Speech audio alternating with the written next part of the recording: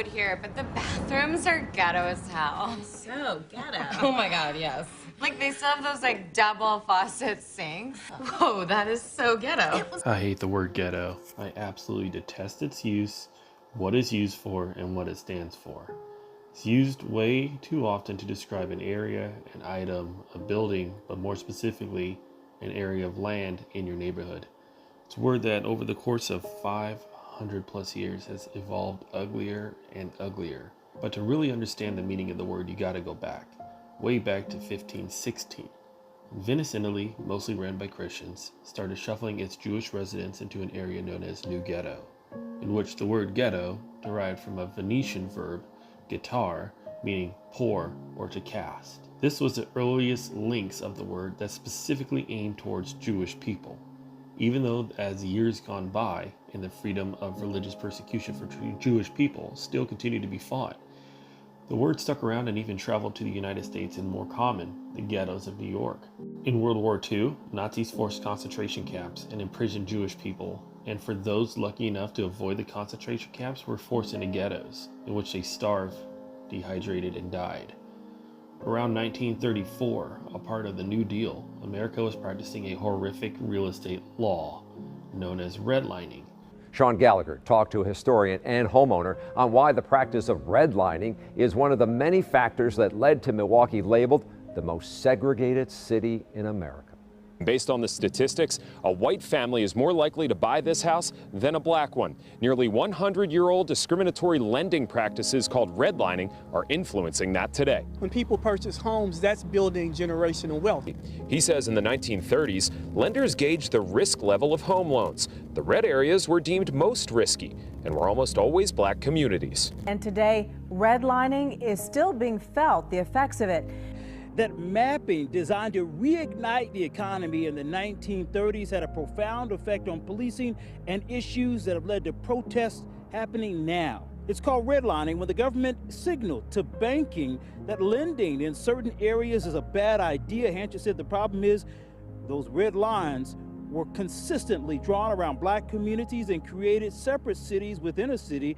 Made it easier for some to view those redline communities as problem areas and the people there as bad. Which, due to segregation and Jim Crow laws, disqualified African Americans from living in white suburban neighborhoods and forcing them to live in urban housing projects, mostly older, less maintained properties. For example, in Orlando, examples of the effects of redlining still exist, as Division Street was a literal street marker for areas that were redlined for segregation purposes. Areas such as Washington Shores, Paramore, and Pine Hills was packed with a heavy black population.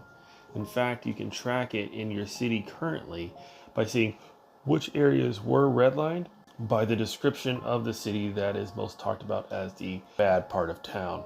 That is an example of redlining, as well as what redlining can do, where you're looking at black neighborhoods, and to keep people from going to those neighborhoods, you want to tell them this is the bad part of town, so don't go there.